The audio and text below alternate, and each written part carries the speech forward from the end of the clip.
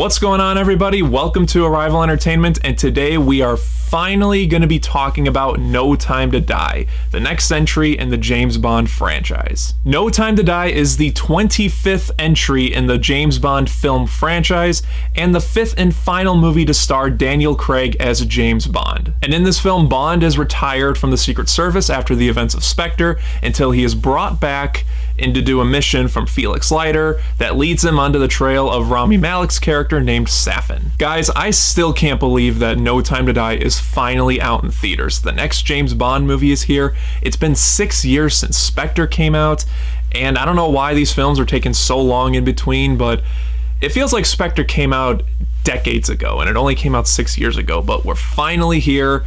No Time to Die is finally out. I finally got a chance to see it. Right off the bat, I'm a huge James Bond fan, in case you don't know. I first got into this franchise back when I was like 12, 13 years old, back when Quantum of Solace came out. After I saw Casino Royale and then Quantum of Solace, I slowly started to get the movies on VHS and on DVD at the same time. And once I eventually got all the films on DVD and VHS, I slowly started to get the Blu-rays, the individual Blu-rays, but then I eventually sold the individual Blu-rays because I found that 50th anniversary box set at a used store for like $30. It's like in perfect condition. It's an amazing price for it. And despite that box set already having a copy of Skyfall already in it, I still bought the movie individually as well as Spectre. I bought the Steelbook of Spectre. I have like 9 copies of Casino Royale. I'm not kidding, including DVD and Blu-ray. I bought a couple of James Bond Steelbooks. I even bought the 4K Daniel Craig collection that came out, and I'm waiting for the rest of the franchise to come out on 4K. Guys, my point is, I love this franchise, I love this character, so I was pumped out of my mind. This was my most anticipated movie of last year, and now this year. And Daniel Craig has been my favorite James Bond actor, so knowing that this was his last movie, I got a little upset by that, but I knew that they were going to try to make this movie special in some way, because none of the other Bond actors have ever had like a goodbye movie, so to speak. They just had another James Bond movie because they just assumed they were going to come back to do another one eventually. So there was a lot that was riding on this movie, and I eventually saw the early reviews. Everything seemed very positive, but some hardcore fans were saying that there were certain things in this movie that they just straight up hated, and it detracted them from liking the rest of the movie. I'd heard a lot about, spoiler free of course, a lot about what fans think of this movie. So I said, okay, let's not get ahead of myself. This movie is a huge movie coming out. Let's just go in with the right expectations to just be entertained and to like this movie overall. So is No Time to Die a good James Bond movie? No. It is a great James Bond movie. I loved No Time to Die, and I am so relieved and excited to say that. Before I go on with the rest of the review, I just want to say that I am going to give you guys a spoiler-free review of the movie, and then later on I'm going to get into some spoilers. There's some stuff that I want to talk about spoiler-filled, but don't worry, I'll give you guys a warning before I get into that. But first, let's get into the review spoiler-free, of course. Do I even need to say that Daniel Craig was great in this movie? I mean, he gives probably his best performance as James Bond in this movie. Everything he does in this movie was so awesome, so satisfying. Daniel Craig is a fantastic actor. Even taking James Bond out of his filmography, this guy is an amazing actor, and he continues to prove in this movie that he was the perfect choice to play James Bond back when he was hired in 2006, and perfect nowadays. He sold all the emotional moments. This is a very emotional movie, especially for James Bond fans. He sold all the hard edge stuff. He is very brutal in this movie, and that was something that was so cool to see. He had a lot of good humor in the movie. They did lighten him up a little bit more once Spectre came around. They started to lean more into the campiness of Bond in Spectre, and they do a lot more in this one. There's some silly moments in this movie, and Bond gets back to his one-liners, and a lot of people were complaining about that. A lot of people said, oh, Daniel Craig doesn't deliver the one-liners very well. I thought he did an alright job with those. But for me, this was his best performance as James Bond, and I'm really going to miss him as the character. Whoever the next actor is going to be, he's going to have some really big shoes to fill. Everybody else is fantastic in the movie. I know a lot of people weren't a fan of Madeline in Spectre. A lot of people said that she was a little underdeveloped and they didn't really buy the fact that her and Bond fell in love together. This movie is a lot more believable if you were one of those people. I didn't have a problem with their romance in Spectre, but they do a better job in this movie developing their relationship. They're developing the fact that they're in love with each other. And I really liked Madeline in this movie. I thought you do find out, more of her backstory, and I thought that stuff was very well handled. And I know a lot of fans were concerned about Lashana Lynch's character because clickbait articles all over were saying she's going to be the next James Bond once Daniel Craig retires, when in reality, her character in the movie has the 007 number because James Bond is retired in this movie. That's the truth. She's not going to play James Bond after Daniel Craig. And a lot of people were worried that because of that, the movie was just going to be about her. It was going to be her basically saying, get out of my way, James Bond, this is my franchise now, when in reality, it wasn't like that at all. She actually screws up quite a bit in this movie. There were a couple times where Bond gets the upper hand from her. In fact, there's this one scene where, this isn't a spoiler, by the way, there's one scene where she's supposed to be tracking this one character, and she doesn't get to him in time, and then she sees Bond, and Bond just looks at her and says, where the hell were you? So it's like, okay, so they're doing a good job with their character. They're not just portraying her as this perfect agent just because she has the 007 number. She does dishes crap at Bond, and Bond dishes crap back at her. So seeing that bouncing back and forth, it was pretty entertaining, and I liked Lashana Lynch in this movie. I thought she did a pretty good job. In fact, I wouldn't mind seeing her come back in a future James Bond movie, as well as Ana de Armas. Everyone's been talking about her in this movie, and she is so goddamn cool in this movie. She just oozes likability. She's very funny, very bubbly, but not bubbly like she's ditzy. She's bubbly as just entertaining. She kicks a lot of ass in this movie. And yeah, like everyone else, I wanted to see more of her, but it's very obvious they're setting her up to come back in a future James Bond movie, as well as Lashana Lynch's character. And I would love to see both of them come back in a James Bond movie. Let's talk about Rami Malek, because a lot of people have been very mixed about Rami Malek's character. His performance as the character is fantastic. Rami Malek is a very talented actor, but you don't see much of him. You see him in the beginning of the movie, in the middle, a little bit in the middle. He's like in one or two scenes in the middle, and then at the very end of the movie with the big finale. So if you were going into this movie expecting Rami Malek's villain to be like a big star-studded event and he was going to be one of the best James Bond villains, you're going to be a little disappointed with that. He is, I think, one of the more entertaining James Bond villains, and yeah, I didn't have a problem with him. Yeah, I would have liked to have seen more of him, but I guess they were kind of going for less is more with his character, and if that's the case, then okay, I can see that. But I feel like they built up Rami Malek so much before they were filming this movie that, I don't know, I guess everyone just expected to see a little bit more of him in this movie. And the rest of the MI6 regulars, they're great in this movie too. Ralph Fiennes is fantastic as M. Naomi Harris is brilliant as Moneypenny. Ben Whishaw is very entertaining as Q. Rory Kinnear is really great as Tanner. I love all these MI6 regulars together. They work off each other so well. Daniel Craig as Bond works off of them very well. I'm curious about what they're going to do with these characters in the next movie. The director, Cary Fukunaga, directs this movie so beautifully. The action scenes are so well handled and well filmed in this movie. There's no shaky cam like in Quantum of Solace. That movie just gives me a headache just thinking about those action scenes. He does a very good job directing this movie. He's very stylized. It's a very stylistic James Bond movie, which was very nice to see. And it was nice to see a fresh voice come in and do this movie, because Sam Mendes, he did the last two Bond movies.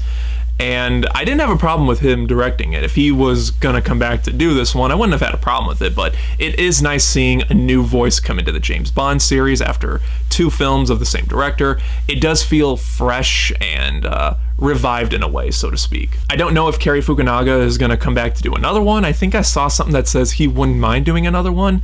If he does, I would love to see that, because he directed this movie so beautifully. There's a lot of great callbacks to previous Bond movies too, so if you're a hardcore fan like myself, you're going to be enjoying a lot of that.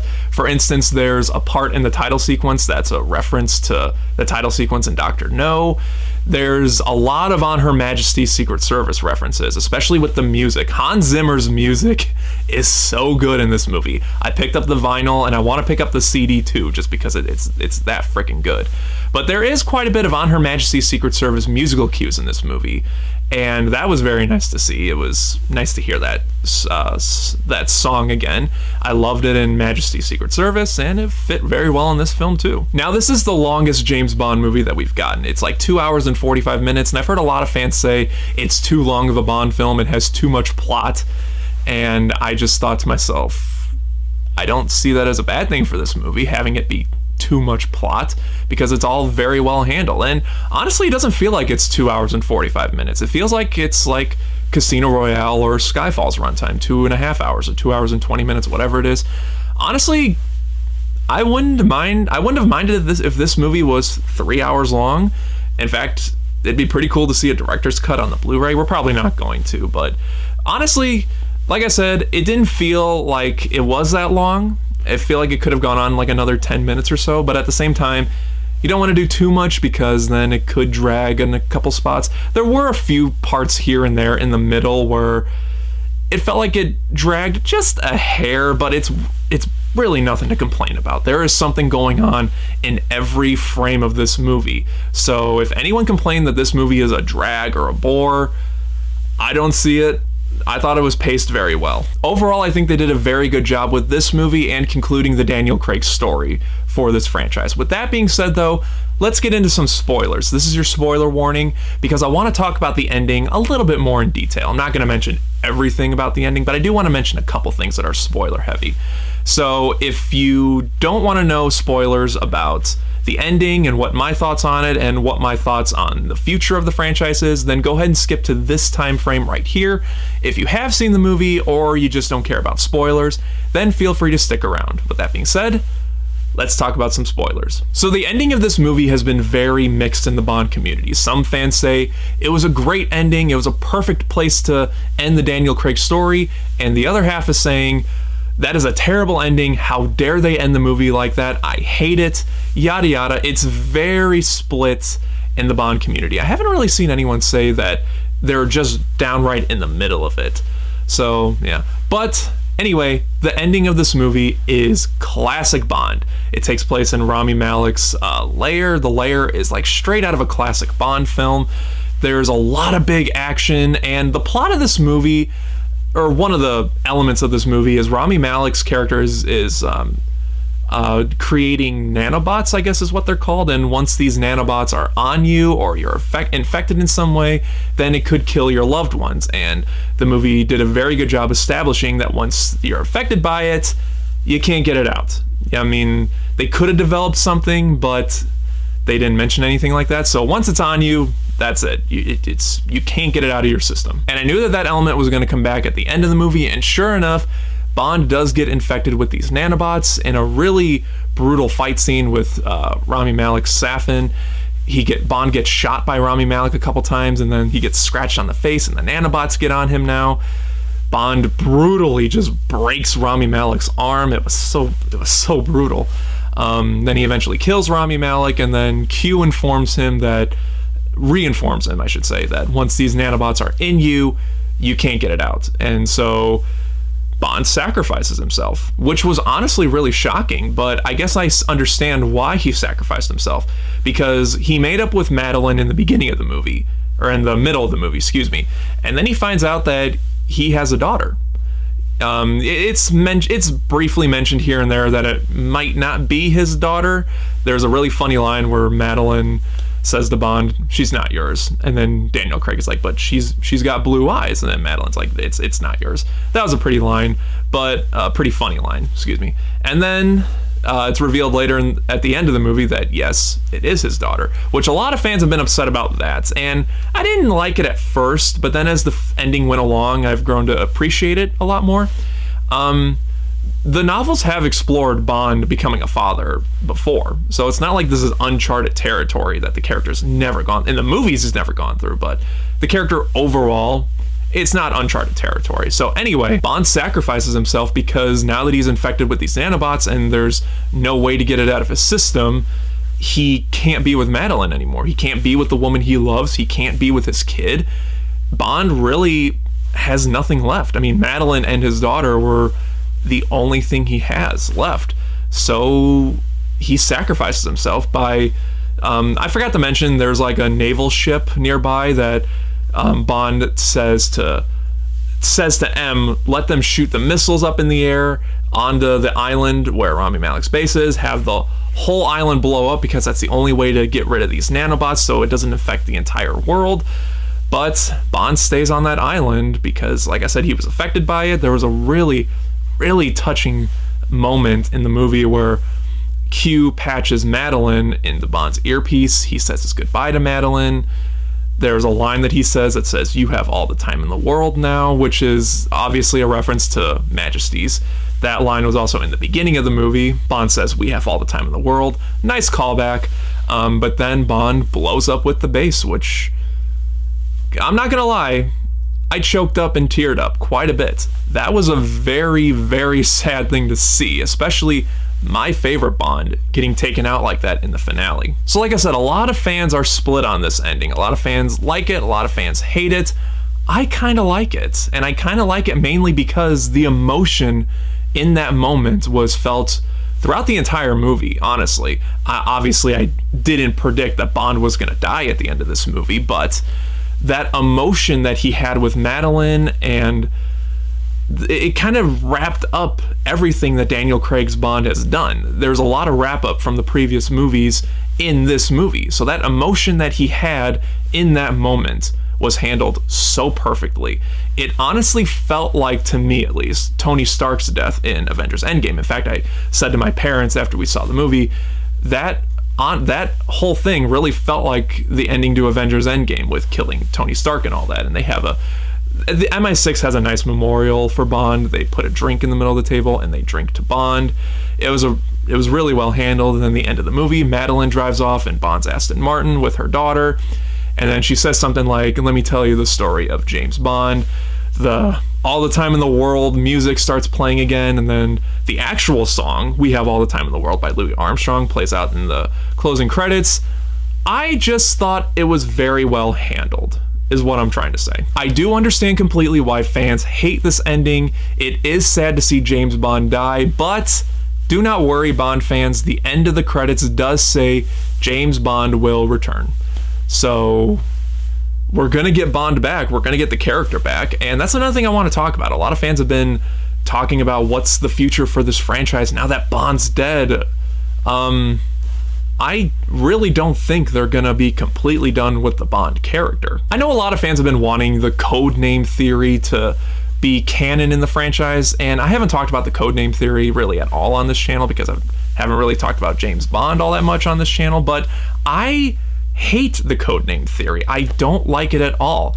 Mainly because I think it's uninteresting, really. Why should I get invested in an agent taking the name James Bond 007 when just a handful of years later another agent is going to take it? You know what I mean? I'm sure someone's going to comment, well, because of this and that. It's just not interesting to me.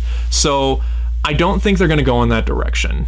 None of the novels have gone in that direction. None of the Bond movies have ever referenced that direction. I don't care what you say, well, what about this movie? What about this movie? It's the more you look into the codename theory, the less it makes sense. So I can't see them going in that direction. Plus, the character James Bond, he's too valuable of a character to just say, okay, we're done with him. Let's go in this direction with the name and number now. So we're gonna get James Bond back. I am like 99% sure that James Bond, the character, not the name and number, the character is gonna come back. But then a lot of fans have been talking about, well, what are they gonna do next for these movies now that Bond is dead and the Daniel Craig stories are wrapped up? Well, they could go back to the direction they did with the older movies, the Sean Connery through the Pierce Brosnan films. Just hire a new actor to play James Bond, but just have each movie be an individual story that doesn't really connect to the previous ones. This is something that I was talking to my friend about. Nowadays, with the Marvel Cinematic Universe and with the DC Cinematic Universes, everyone's trying to do a cinematic universe to make every little thing connect together in one way or another, when in reality, it's okay to have a movie or a franchise that doesn't have to connect together. One of the big appeals about the James Bond movies is that you can tune in whenever you want. You can go ahead and watch The Living Daylights without having to watch Dr. No in the previous movies to understand what's going on. The franchise and the films are very self-explanatory, so I would honestly love for them to go back in that direction. We don't need the rest of the movies to continue on with what Daniel Craig's done. They can reboot the character with a new actor. I'm hoping for Henry Cavill or Sam Heughan or Tom Hiddleston or Clive Standen, but they can continue on with a new actor, start a new area of the franchise, I guess is what I want to say, but every movie doesn't have to connect to each other. Like I said, with these cinematic universes, everyone feels like everything needs to connect together, when in reality it's okay if it doesn't. And I spent a while thinking about that, and honestly, that's the only direction I can see them doing with continuing the James Bond character. But I did say to myself, if they go in a direction that I don't care for, or I'm not interested in, or I just flat out hate, then I personally don't have to continue with these films. This ending in No Time to Die for me was very satisfying for the character and for Daniel Craig's time as a character, so we'll see what happens next year. The Bond producers have said that they're going to start thinking about the future and the next actor next year in 2022, so we'll see what happens, but I am pretty positive that the character, James Bond, will return, not the name and number, the character. Overall, guys, I had a fantastic time with No Time to Die. Personally, I think it's one of the best James Bond movies. It's the best performance by Daniel Craig. It did not disappoint me at all, and I'm so relieved to say that. I can't wait to see this movie again, and I'm just gonna go ahead and say it. No Time to Die is Oscar worthy. Couple minor issues here and there, but the overall story for me was just too good for me to not give it that rating. I can't wait to see this movie again, and I can't wait to pick up the Blu-ray when it comes out. To me, this is going to be a Bond movie that's going to be talked about for many, many years to come. So that's my review for No Time to Die. Guys, just like always, let me know your thoughts and opinions on the movie down in the comments section, and what's your favorite James Bond movie? If you know me, you know it's Casino Royale. Also, my ranking that I did 2 years ago, I'm not gonna go ahead and redo that ranking because that's gonna be way too long to film. But where would I put No Time to Die? Well, on my ranking on Letterboxd, I put it on the number 4 spot, just after Goldfinger. So go ahead and watch my ranking video and then put No Time to Die before Goldfinger, and that's my ranking. Anyway, guys, whatever your thoughts and opinions on everything is, let me know down in the comments section. And just like always, guys, thank you so much for watching. Look forward to more videos I got planned very soon. If you like this video, then don't forget to like and share it. Subscribe right here if you haven't already. And until next time, guys, take care.